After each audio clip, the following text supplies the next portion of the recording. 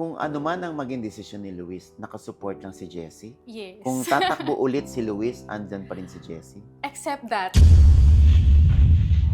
sinasabi ng mga iba, nako, natalo siya. Tapos na yan. Di na yan magpapakita. Ganyan. O, di ba, balik ka sa showbiz.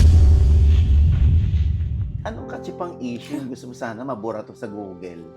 Ang dami! Ang dami talaga! Oh my God, sabi ko nasali pa ako sa ganyang issue. Yung, oh my goodness, sana talaga, hindi ko na lang sinagot. Anong fake news ang gusto mong na napaniwala ang mga tao pero fake news, pero gusto mong linawin? Na third party ako. Nagsakit ka ba ng ulo sa sex? May mga time na kunwari mag-aasap, tapos nag-yes na ako, tapos on that day, sobrang depressed ko, sobrang emotional ko, hindi ako sumipot. Matatagalan pa bago sundan si Peanut? Nung nalaman namin, syempre nalungkot kami, heartbroken kami. Si Luis din, syempre binigay din niya yung lahat. Diyos ko, ano ba to? Ano to? Nagbuntis ba to? Nanganak? Ba't ganito pa rin ang katawan? Ang tinutukoy natin, ang napakagandang si Miss Jessie Menjola Manzano. Hello, Mama Ogs! Hi! Magandang araw naman sa inyo at sa lahat ng nanonood sa atin. Bakit ganyan ang katawan mo sa kabila ng lahat na ikaw ay isa ng nanay? Although, alam naman natin ang mga nanay, di ba? Pag alam nilang bagong panganak sila, talagang nagpupursige sila para maibalik Yes. sa dating alindog ng kanilang Yes. katawan, di ba? So, ikaw, Ano bang ginawa ko? Ang Mama Ogs, ang ginawa ko, more of, binigyan ko yung sarili ko ng oras. Na hindi naman bumalik, but more of like, maging healthy ulit. oo. Kasi, nung nanganak ako, nag-gain ako ng 60 pounds. So, after ko manganak, doon ako lumaki. Eh, syempre, nagpahinga naman ako sa showbiz. So, hindi naman din nakita ng mga tao yun. Pero kung papanoorin mo yung mga past vlogs ko, yung kakapanganak ko pa lang, makikita na lumaki ako ng, hindi nga konti, lumaki talaga ako. And nag-gain talaga ako ng weight. Pero, sa isip-isip ko nung time na yun, sabi ko, 9 months ako nagbuntis. So, bibigyan ko din ang sarili ko ng 9 months para maging healthy ulit. Oh, Yun. kakaloka. So, ano lang, ano mo, vitals? Ni Miss Ngayon, Jessie Menjola, oh. 33, 25, 37.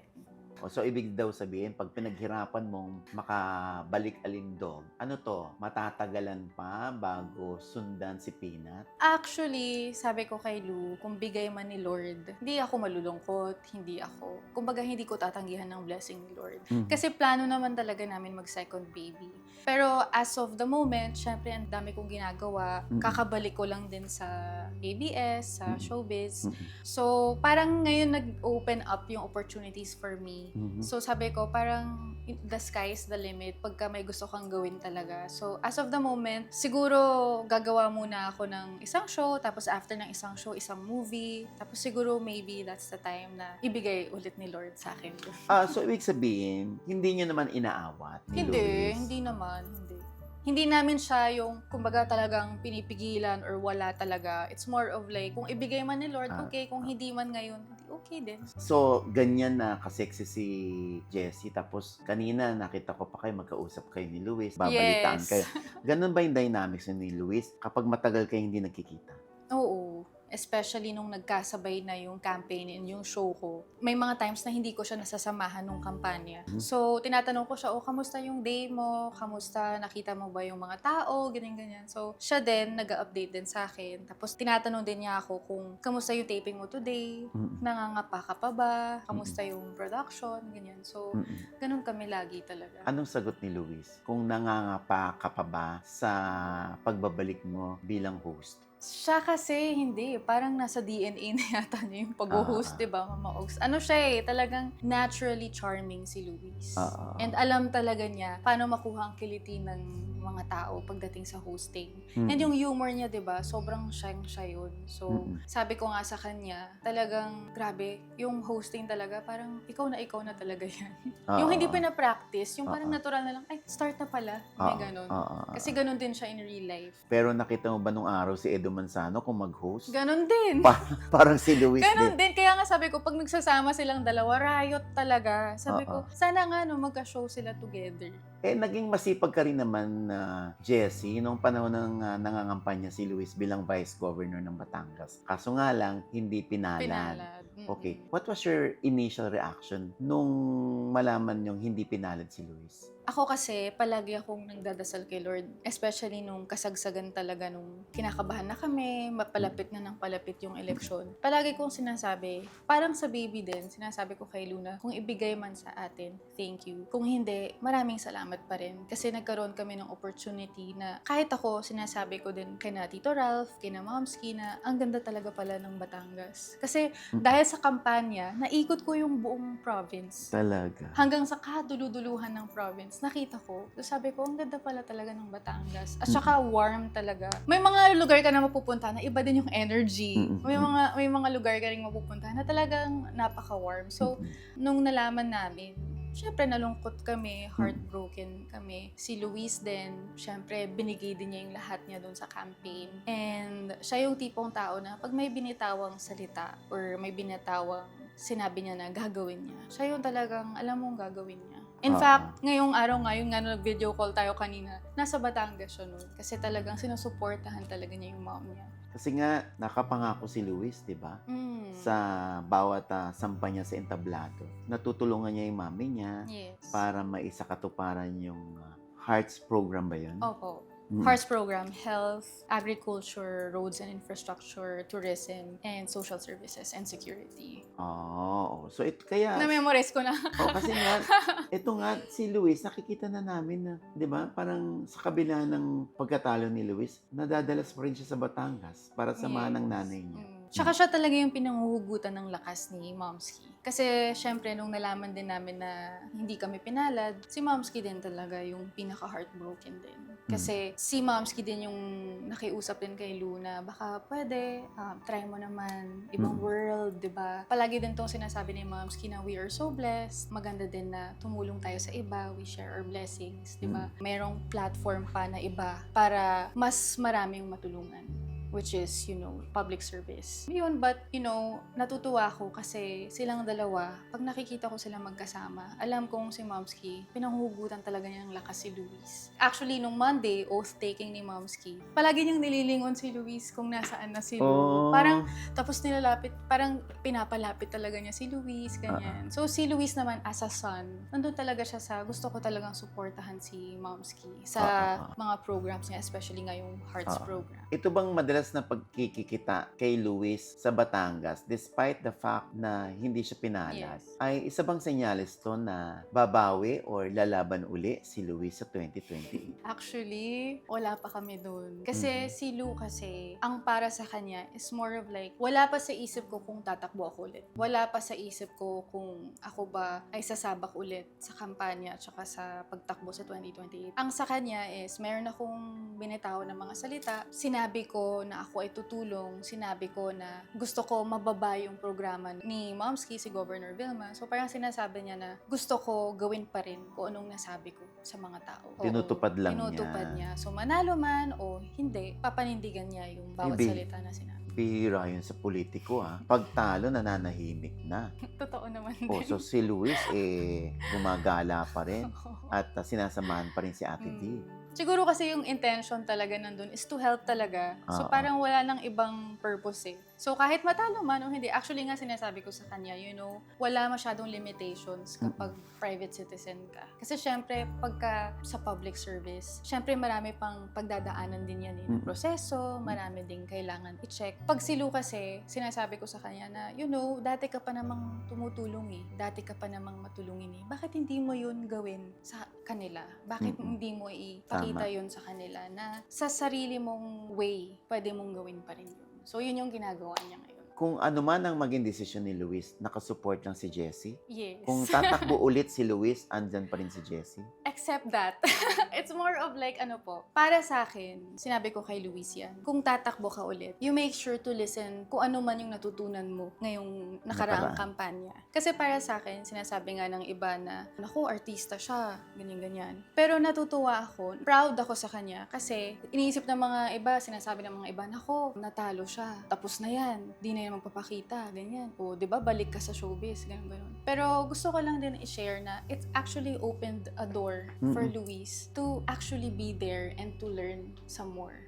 Kasi ang dami din niyang natutunan nung mga past din. Siyempre, kasama naman niya lagi yung mom niya, kasama din niya si Tito Ralph. Natuturuan din naman siya. But ito kasi, nakilala na niya ng personal yung mga Batanggenyo. Nakilala niya ng personal yung bawat mayor, yung bawat sanggunian ng bawat town. So, para sa kanya, personal na siya. Kumbaga, ito na, nakilala ko na sila. So, pwede na ako talagang tumulong in my own way. Anong na-realize niyo nitong nagdaang eleksyon? Na-realize ko, para lang din palang showbiz ang politika, Mama Ogs. Kumbaga, may mga bagay na, yung syempre, kailangan mo din pala talaga pa rin mag-ingat. May mga, Sa mga tao? mga tao. Syempre, maliit lang din ang mundo ng politika. Para siyang cycle, 'di ba? Yung baka yung nanalo today, hindi mo na kasapi sa susunod. Tapos, yung hindi mo din kasapi nung nakaraan, yun din ang kasapi mo ngayon.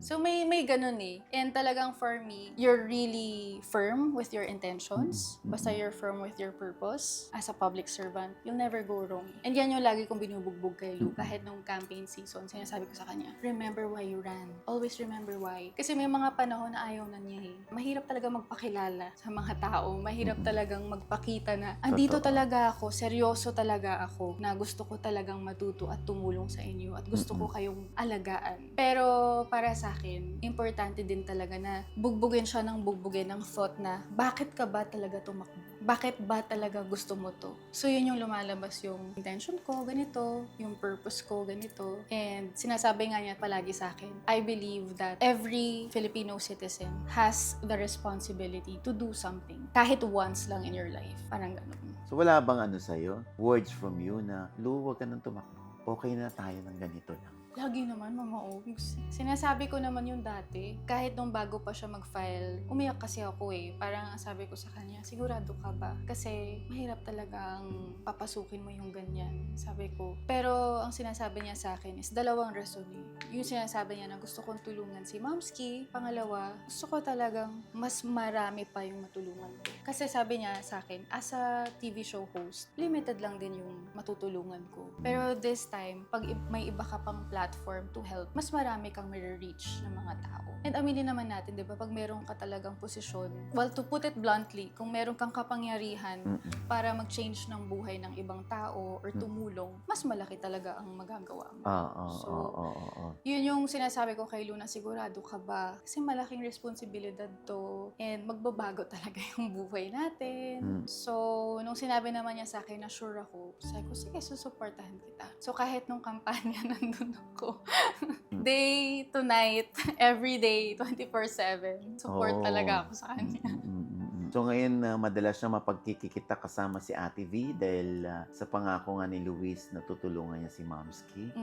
At yung mas gusto pa niya makatulong sa mga taga Batangas, andyan yung haka-haka. Hindi mawawala ito na susubukan ulit ni Luis sa 2028 o baka mas madalas na makita si Luis kaysa kay Ate V. I don't think naman mangyayari yun. Kasi, syempre naman, si Luis also knows his place. Syempre, and for me personally din, as his wife, I would also tell him na, it's much better if nandun talaga si Momski, nandun ka. Kahit si Momski din, hindi yun papayag na wala siya. Kasi si Momski din, very hands-on. Kahit sa campaign, kahit sa mga tao, siya ang nag-guide sa amin, si Momski. So, I don't think naman she will allow that also. Sabi mo nga, hindi pa sure. Na kay God kung bibigyan kayo ng pangalawa, kapatid si Rosie, yes. Si Peanut. Oo, si Peanut, na kamukha ni Ate V. Yes, si Trudy's liit. Oo, grabe, no? Sabi ko, parang si Ate V to nung araw, Nung araw. Diba? Anyway, anong pagbabago na ang nakita mo kay Luis? Mula nang maging kayo o mula nang maging tatay siya? Yung maturity talaga. Alam niya to. I love. Yung maturity talaga. Pero tinatawag ko pa rin siya madalas. Siya yung panganay ko. Malaki yung pagbabago because also, of course, when he was single, he used to work only for himself. And I am not shy. I am not embarrassed to say and to admit na he is a very good provider. Luis is a very good provider. He's one of the most hardworking people na nakilala ko sa buong buhay ko. And para sa akin, ang laking bagay sa sa kanya na magkaroon ng pamilya, ng sarili niyang pamilya. Kasi dun na siya nag-mature, dun na siya, kumbaga, natuto na, okay, I am not only working for myself, I'm also working for my family. Correct. So, nandun na yun. Oo. So, paano yung palitan nyo, dynamics nyo dun sa bata? Pag sa, kunwari, sa schedule, Kay Peanut, or si Peanut ba ay nandun sa gitna ninyo, nasa kwarto ninyo, nandun lang siya sa kanyang kama at andito kayo sa bed ninyo? Minsan, o nasa ganon. gitna ninyo? Minsan, mas lalo na pag may sakit siya, sa amin siya natutulog. Pero meron siyang sarili niyang room. Kasi nung baby pa lang siya, sanay na siya na mag-isa lang siyang nasa bed. Although kasi, binabantayan ko din siya. So ako yung palipat-lipat ng room ever since. So, ngayon na lumalaki na siya, hindi siya sanay na may katabi. So, pinapaalis niya ako pagka matutulog na siya. Ayaw na may katabi. Sinanay nyo eh. Oo, sinanay nga namin. Pero although siya, napansin ko sa kanya, she's very independent and very opinionated. May sarili na siyang gusto sa buhay. Oh? And it's nice to see, di ba, Maugs, yung makikita mo yung anak mo na nagkakaroon na ng sariling personality. Correct. She's her own person. May ganun na. So, yung dynamics namin, it's more of, nako, yung kapilyahan, napakakulit ng batang yun kasing kulit ng tatay niya. Yung kapilyahan na mana niya kay Luis. But yung pagiging opinionated, yung pagkakaroon ng sariling preference, yan, sa akin niya siguro naman. Very straightforward sa decision. Nandun na yung feeling mo, Jessie, na laki na ng minature ko din pala. Talaga ba? Hindi, ikaw. Ako, yes. Laki na ng minature mo, no? Oo. Ikaw ba, pag binabalikan mo yung nakaraan sa showbiz na yung mga katsipang isyong kinasangkutan mo, oh my God, Diyos ko, kasama pala ako dito sa ganitong issue. Kaya nga sabi ko nga, nung naging nanay na ako, sabi ko, naku, sana hindi mapanood ng anak ko yan. May ganun ako. Kaya palagi ko din sinasabihan si Luis, naku, mag-ingat-ingat ka na mga ihihirit mo online, ha? Internet is forever. Makikita ng anak natin yan. So, yun ang fear mo? Hindi naman. Sa ngayon, yung pag nagkalkal yung anak mo, paglaki niya na, oh my God, ito pala yung mga katsipang issue ng nanay ko, oh. Hindi naman. Feeling ko naman si Rosie will. Kasi naman, syempre, obviously naman, mga artista yung mga magulang niya, mga artista din yung lolo't lola niya. So, parang it's more of feeling ko she'll have that maturity to accept na, okay, norm na to. Pag artista ka, normal na to. And natawa talaga ako sa mga katsipan na issue. Kasi pag nakikita ko talaga online, sabi ko talaga, oh my God, sabi ko, nasali pa ako sa ganyang issue. Yung sabi ko, my goodness, sana talaga, nung time na yun, hindi ko na lang sinagot. O kaya sana nung time na lang na yun, parang, sana hindi ko na lang pinatulan. Parang ganun. Anong katsipang issue yung gusto mo sana mabura to sa Google? Ano ba? Ang dami! Ang dami talaga. Pero siguro yung meron akong hinost, I think UAAP yata yun. Tapos, meron akong na-mispronounce na word.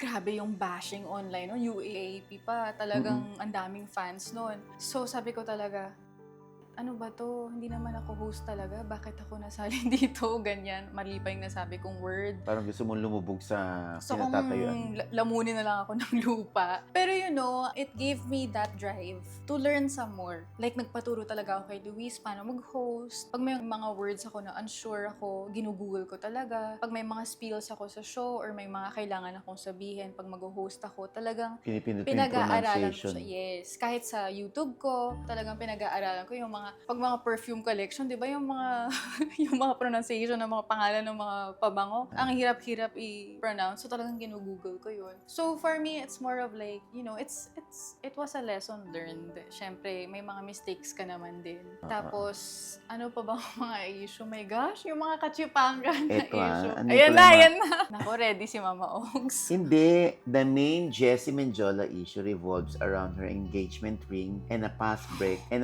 breakup with Luis Manzano. Yung sa engagement ring. Oh, she revealed that a friend showed her the ring while she and Manzano were broken up. Yung nangyari. Totoo naman din talaga nangyari yan. Oh. Pero yan yung sinasabi ko na sana hindi ko na lang pinatulan. Parang sana, kumbaga kasi ang proposal, di ba, ang engagement, dapat happy memory yan for you. So whatever happened pa behind the scenes or whatever happened pa na may ibang tao involved, dapat hindi ko na pinatulan. So for me, dapat hindi ko na lang siya pinansin. Anong fake news ang gusto mong na napaniwala ang mga tao pero fake news? Pero gusto mong linawin? Na third party ako. Third party ka? Sa bagay-bagay. Ah, Oo. hindi to kay Luis. Kay Luis. Ang ganda ng painting, Mama Ogs. Ang ganda ng daming tao. Hindi, ayoko kasi ding maungkat pa. Okay. Kasi alam naman natin na hindi totoo. And kumbaga, masaya na tayong lahat. Oo. Pero yun lang yung gusto kong, yung fake news na yun. Sinagot ko na rin before. And ang the sad thing about that also was, kahit sinagot ko na siya ng paulit-ulit before at the height of that issue, hindi ako pinapaniwalaan ng mga tao. So, ang hirap din kasi, kahit ano pang sabihin mo, kung ano ang tingin ng tao ay tama para sa kanila at totoo para sa kanila, yun ang papaniwalaan nila. Kahit anong pagkukumbinsi ang gawin mo. Kahit yun naman talaga yung totoo. Kung meron ng sariling truth ang isang tao, kumbaga, let's say, ang kahit ano pa netizen, sabihin mo, oo, yung kanya pa rin ang paniniwalaan. kanyang niya. opinion pa rin ang paniniwalaan niya. Tama. Kahit yung sinasabi mo pa yung totoo. May ganun. So, nilet go ko na rin yun. And sabi ko nga kay Lord nun, sige Lord, sabihin lang nila kahit anong gusto nilang sabihin tungkol sa akin. Basta alam ko, i-reward mo din ako when the right time comes. So, true enough, diba, nagkaroon ako ng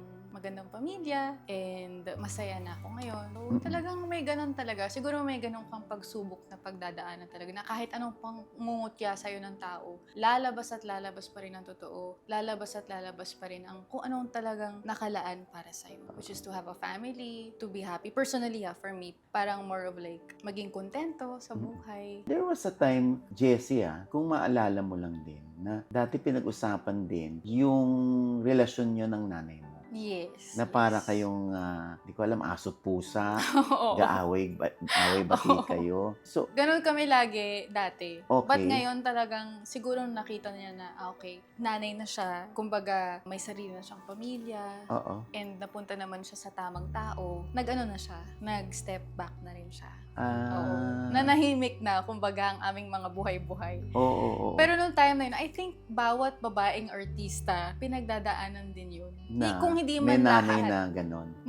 Kumbaga may clash talaga ang mag-ina. Yung- Laging ganun. Kasi siguro for the mother also, mahirap din para sa kanya i-let go ang kanyang anak, babaeng anak. Kaso nung araw si Mami, kada may mai-involve, maliling, or magkakaroon ka ng boyfriend, hindi niya yun gusto. Hindi naman lahat. Kasi meron din naman sa aking mga naligaw na nagustuhan din naman niya. And nagkataon lang din talaga na si Luis talaga yung nagtuloy-tuloy na relationship sa akin. Although iilan na naman naligaw sa akin. Pero may isa, aside from Luis, may isa pa siyang nagustuhan na iba.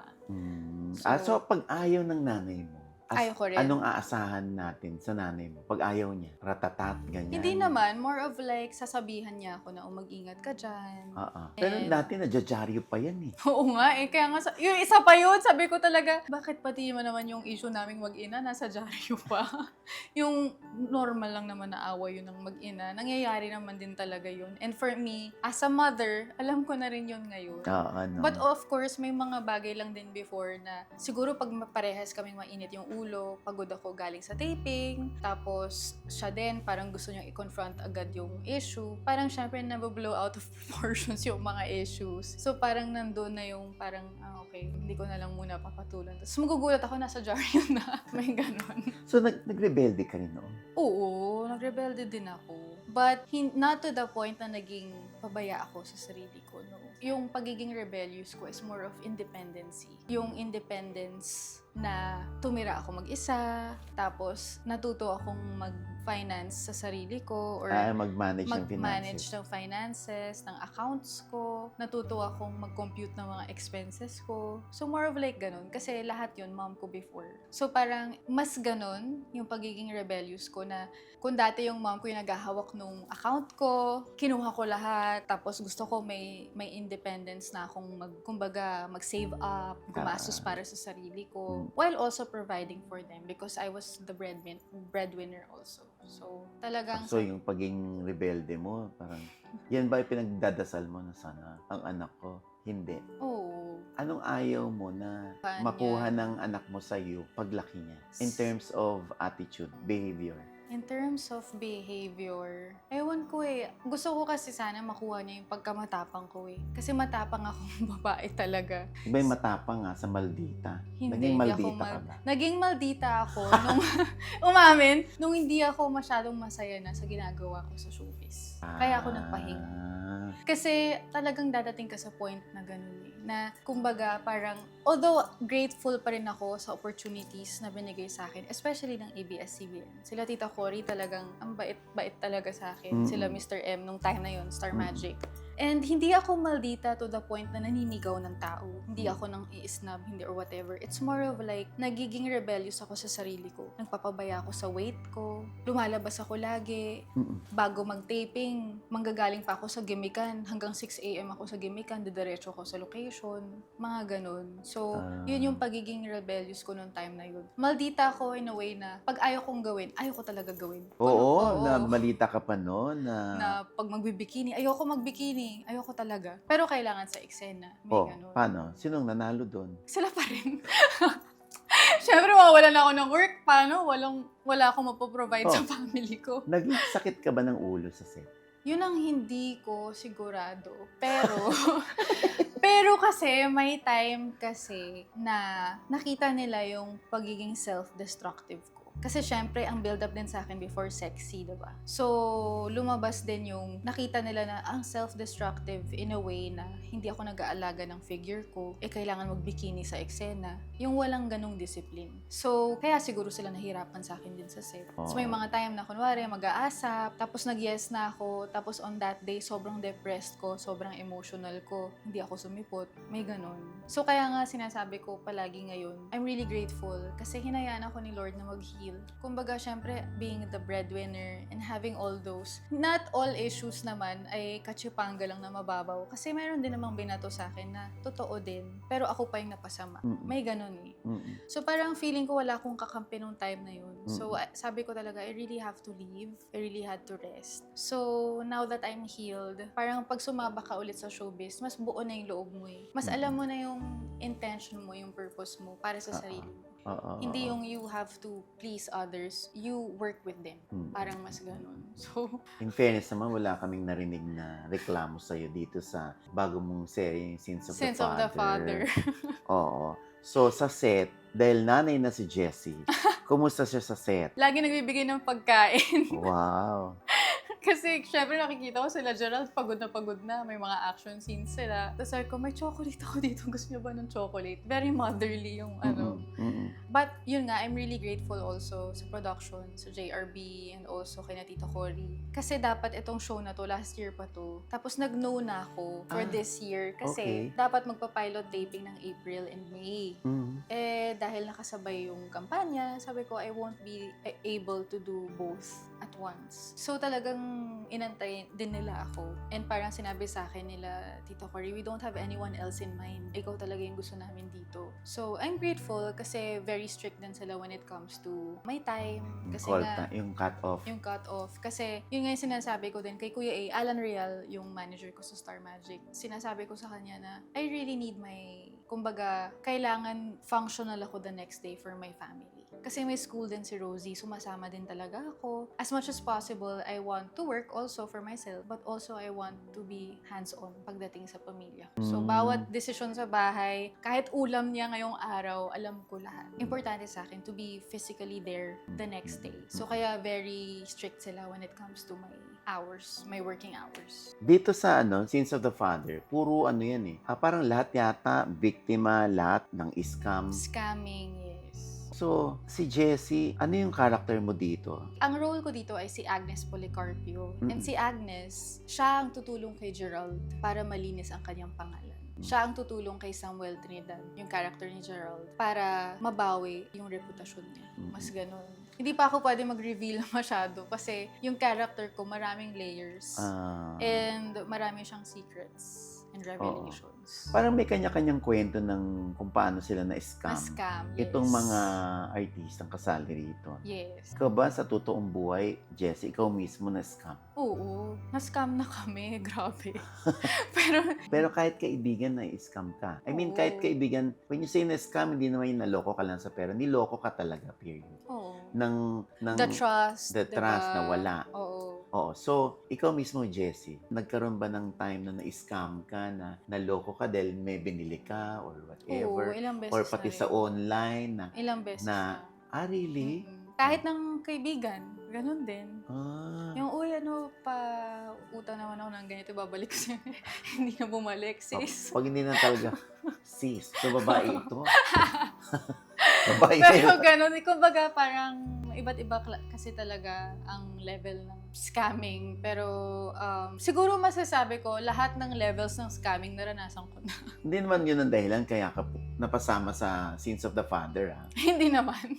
Kasi lahat kayo may kwento, eh. May kwento. Si Agnes, ang kanyang scam sa buhay is, akala niya, yung napakasalan niya, ayun yung tao talagang mamahal niya habang buhay. Pero, nung nagpakasal sila, may isang bagay na nangyari na sobrang lalim. Doon nag-reveal ng totoong kulay yung kanyang asawa. Which is si RK Magatsing.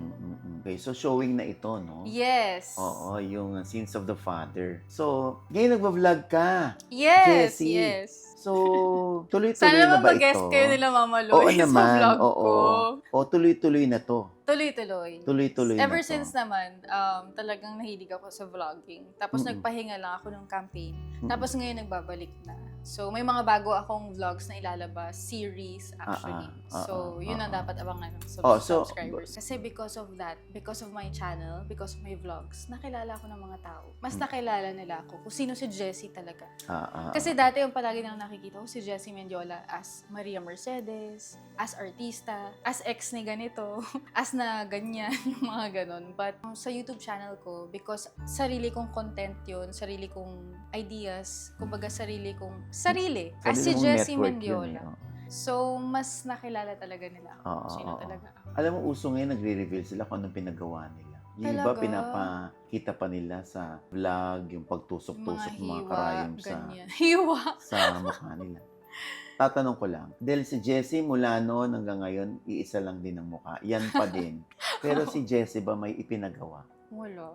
Dati, gusto kong magpagawa ng ilong. Pero it turns out, medyo Hoy. malaman lang ako nung time na yun. Kaya Grabe ka. hindi siya sobrang tangos nung time na yun. Pagpagawa mo pa yung ilong mo? Oh, tapos ngayon na pumayat My ako, God. naging mas matangos na siya. But totoo yun ha. Kasi nakakatangos ng ilong pag naglo-lose ka talaga ng weight. So, kailangan kong gawin yan? Pero wala talaga. Talaga, I swear. Sa harap mo, Mama Og, sa Wala harap ni Lord, wala talaga akong pinagawa. Wala talaga. Kahit saan, wala talaga. Kasi hindi ako high maintenance na babae. Diyos ko, yung kuko ko nga, napaka-tsaka ngayon. Ayoko nang may minimaintain. Talaga? So, kaya natatakot din ako. But open naman ako sa mga like, kuwari, mga botox, ganyan, when the time comes, di ba, mga fillers or whatever, para lang mas Someday pa, hindi mo pa ma-preserve. kailangan Yes, ngayon. not yet, but I am not closing my doors to that. Kumbaga, I believe na when it comes to aesthetics, like, kunwari, gusto mo magpagawa, magpa-retoke, is ang dahilan kung bakit ka magpapagawa is to improve yung itsura mo, pero ikaw pa rin yun. Hindi yung iba na. Pero sa iba, meron bang katotohanan sa yung kailangan i-maintain ko tong figure ko, yung ganda ko, para hindi maghanap yung asawa ko ng iba? Totoo yung kailangan ko i-maintain yung beauty ko and yung figure ko. Not because baka maghanap ng iba yung asawa. It's more of para sa sarili ko. Kasi happy ako na ganito ako. Happy ako na I get to wear whatever I want to wear. Kasi naranasan ko na rin naman na maging overweight din. It wasn't good for my health. And for me, kumbaga ideally, gusto ko maging healthy para sa anak ko. Kaya din ako nag-lose ng weight. Kaya din ako nag-aalaga ng sarili ko. Kasi gusto ko din, nandun ako para sa anak ko in the future. Selos. Selosa ba si Jessie? Dati, sobrang selosa. Ngayon, ko. panatag na loob mo? Oo. siguro nung naging nanay din ako, parang naku, pipiliin ko na lang talaga yung battles ko. Ayoko na rin sayangin yung energy ko sa pagsiselos. Kasi ganun na kami ka-secure ni Luis sa relationship namin. And even sa kanya, like siya, sinasay ko, oh love, paano kung may mga kissing scenes with other actors, ganyan. Sabi ko, sus, ako pa, sanay ako sa ganyan, nanay ko pa lang noon pa. Oo. Ano na, So, ganyan okay na sa talaga. kanya. Alam niya yung mga ganun. Sabi niya, kung kailangan sa eksena, di ba? Kailangan sa storya.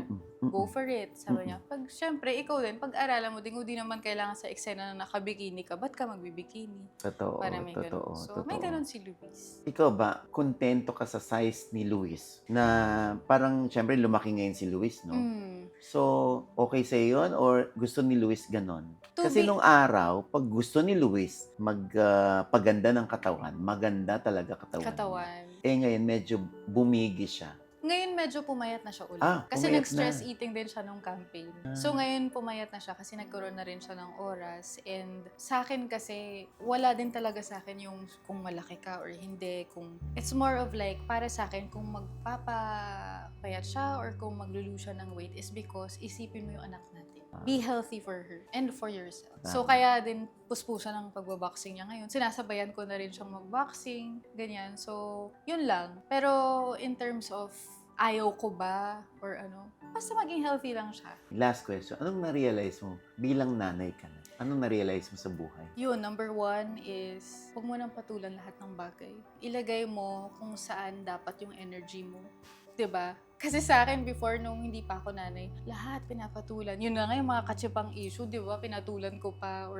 So, learn where to put your energy. Para din, ma-save mo yun para sa anak mo or sa pamilya mo. Second, yung maturity talaga. Para sa akin, motherhood really made me realize na may mga bagay talaga na dapat mangyari para madala ka kung saan ka dapat. Tama. And third, lalo kong tumapang, Mama Ogs, nung naging mommy ako. Talagang tumapang ako. Ganun pala talaga yun, no? Pag may nangyari sa anak mo or pag may nagkakasakit siya, sasabihin mo talaga, sana ako na lang. Wag na lang siya. Yung ibalato mo na lang siya, ako na lang. So, talagang gagawin mo ang lahat pala talaga para sa anak mo. And yun yung natutunan ko. Importante din talaga na alagaan mo yung sarili mo para maalagaan mo ang ibang tao, ang anak mo.